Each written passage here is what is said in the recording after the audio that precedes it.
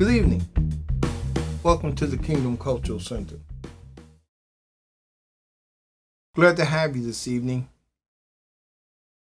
I just had a little,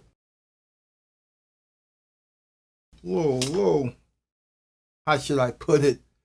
My wife decides she always wants to rearrange my office when I do these sessions. And to let her say it is kind of junky, but I know where everything is. But however, we're going to talk about today culture. I'm going to ask you certain questions that I want to put forth to you in this session. Why did God wait so long before reestablishing his kingdom on earth? That's one question. You can write that down, by the way. Then my next question is, why did he allow so much time to pass? That's another question. I want you to understand something. My purpose here, God have given me this purpose and this agenda and this itinerary to teach and explain the gospel, the kingdom gospel, the kingdom. And I want to say to you once again that the gospel of the kingdom is not about religion. It's very important that you understand that.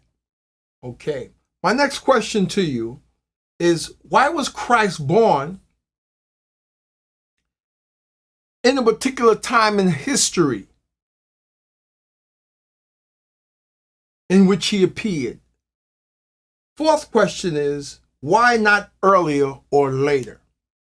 Now, those questions, I hope you wrote them down because they're very important for you to understand why these things happen.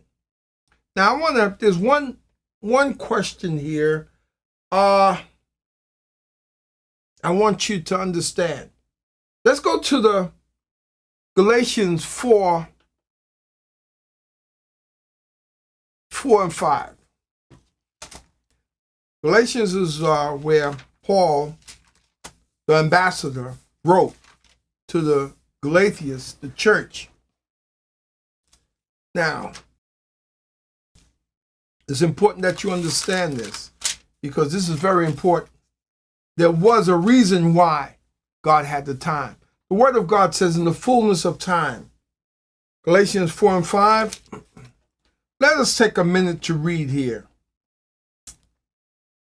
Okay. 4th chapter of Galatians, the book of Galatians, and the 4th verse. But when the fullness of time had come, God sent forth his Son, born of a woman,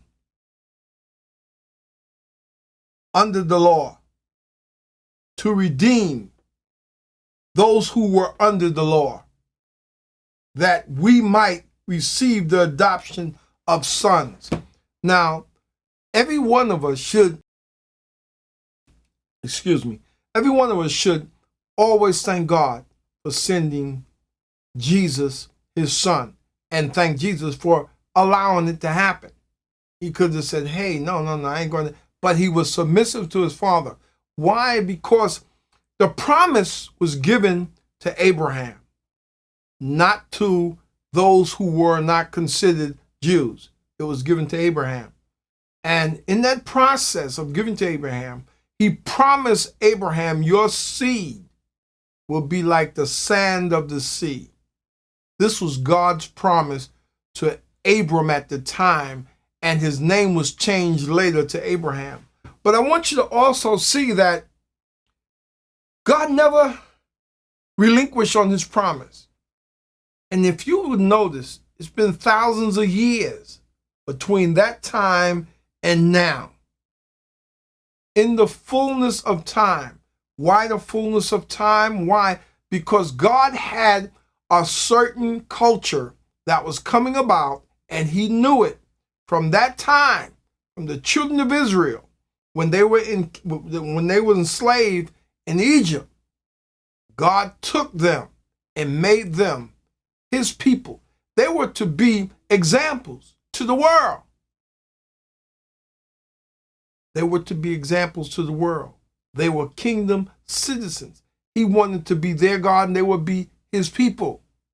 However, these stiff-necked people took 40 years. A 30-day journey, it took them 40 years to complete. And I want you to keep in mind, the ones who started out from Egypt never made it. God let them all die out, that old mindset die out, due to the fact that they didn't want to listen. They were rebellious people. And this is what's happening today in our society. First of all, we're claiming to be something that we're not.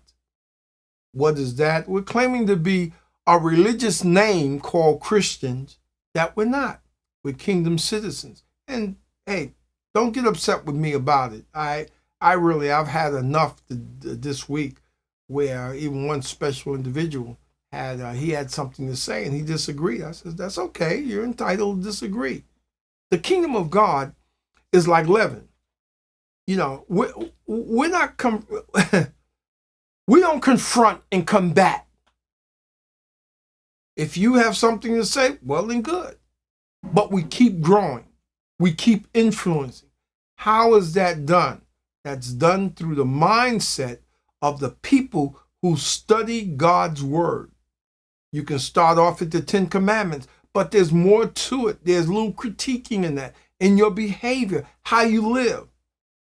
You know, those of you who claim to be quote unquote Christians and supposed to have kingdom principles, you should let this happen. You should let that show in your lifestyle on an everyday basis.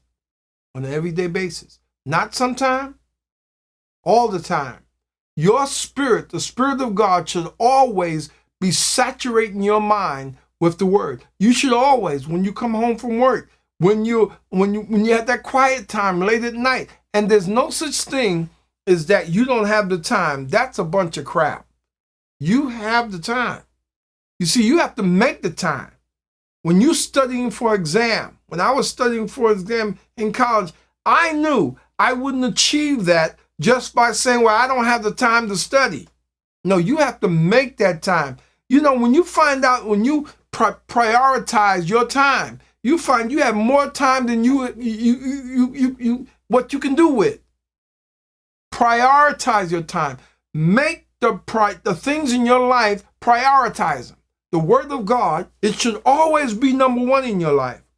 That is what, because the word is what you live by. The word, as Jesus said to, Jesus had a lot more disciples than 12, but when he starts speaking about, unless you eat my body and drink my blood, they thought about cannibalism. That's too hard for us to understand. I can understand that because their mind was on a carnal level. There's many of individuals who are pastoring churches, who are leaders, who supposed to be leaders of God's principles, who's supposed to be kingdom leaders. They have, when you have a carnal mindset, you don't see things in the spirit. You see things as the world would see it. The world system would see it. And that's what's hindering the gospel of the kingdom today. Many of you claim to be one thing, but you live something totally different.